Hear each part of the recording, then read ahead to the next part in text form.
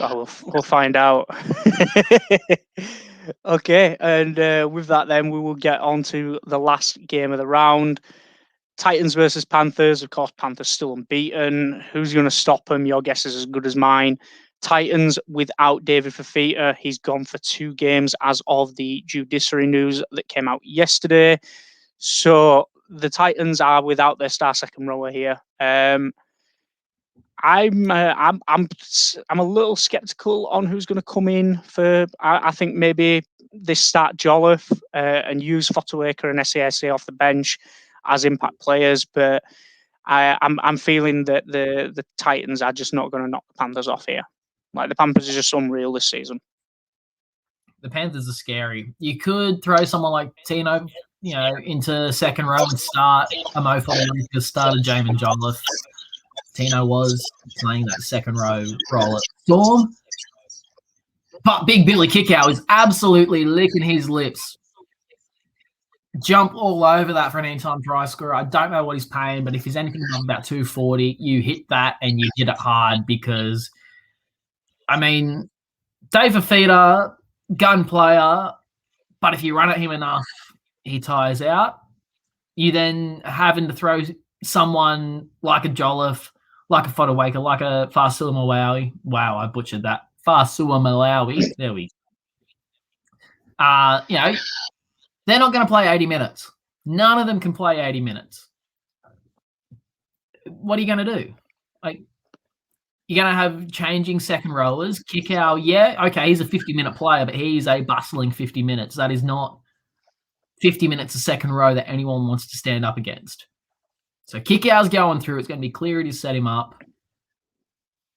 You could pick any of the back 7 for the Panthers to score. Appy's due. Coruscant is very for a try, and the Titans have not been overly good defending their line down the guts. There's another one. If there is going to be someone that does break this Panthers side, it will be Brimson. But to the extent that the Titans win, probably not. So Kickow anytime.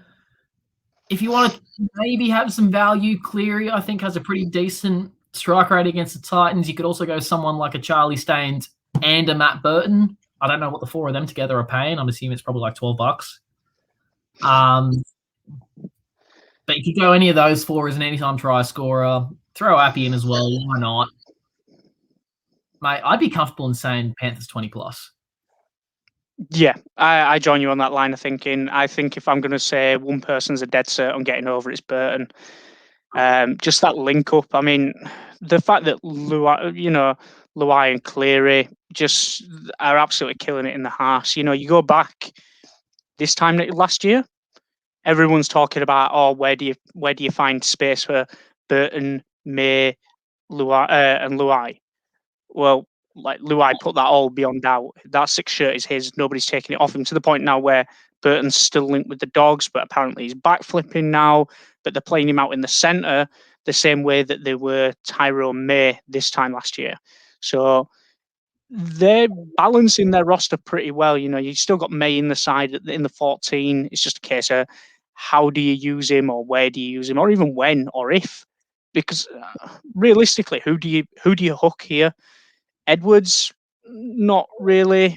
Burton, again, slim chance. Crichton's in with an origin shout. You're not going to pull him. Luai, maybe if you want to give him a rest, you're not going to pull Cleary because he's your kicker and captain. Coruscant, maybe because he's still not match fit 100% yet.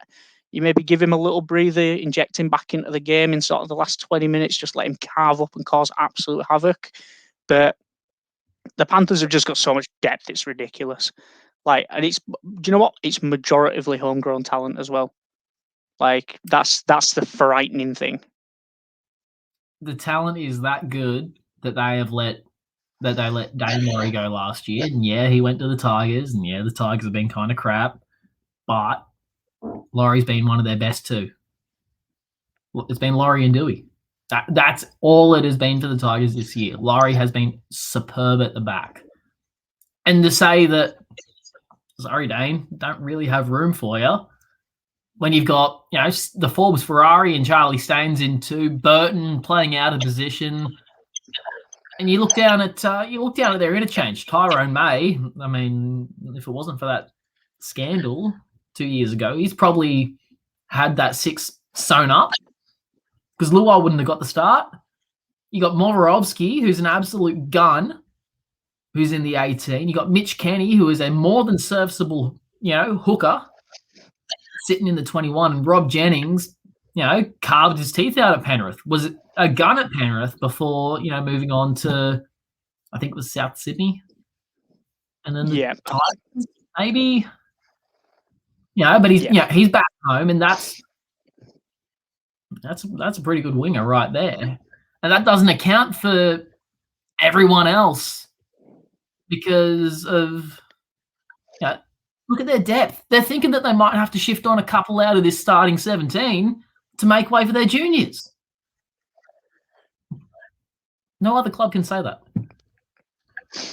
Yeah, it's ridiculous. And that's why the Panthers now are as dominant as they are, because they spent a long time, rather than buying in talent from other places, just buying in 1 or 2 players and then just building the club around them and developing their junior system. And that's why they are, like, if clubs honestly want to build sustainable models for the future and see success, look at what the Panthers are doing right now. There is a reason that they go into this round 9-0. Like, it's frightening. It really is. And that's why I'm going to say Panthers 13+. Like, it's scary to think. And, you can say what you want about Gus Gould now as a commentator or as an analyst or whatever the hell you want to call him when he's on TV. But the dude knows what he's doing when he's at a club. It's why he's at the Warriors. It's why, he and the club have gone out and got Reece Walsh. It's why they're re-signing you Rocco Berries. It's why they're not okay with Roger going. But it's why they got Reece this year instead of next year. They're grooming him into that. You've got your Nicarimas. You've got your Chanel Harris-Tavitas. You've got a whole bunch of young kids. Kossi got a start last week for his debut. Like, Phil Gould is the man that you want at your club if you're trying to build that junior base. And boy, oh boy, have the Kiwis lost some juniors over the years. Yeah. But no, I think that'll probably do us there then. You've got our tips, you've heard our opinions, you've sat through probably the most excruciating 45 minutes of your entire life. So you deserve some time off from us now. So we're going to disappear for a whole nother week again. Come back and let us know how we did. But no, thank you for joining us. Thanks, Luke, for being around and pitching in with this one as well. And we will be back next week, probably Tuesday, Wednesday time, about this time. And we will see you then.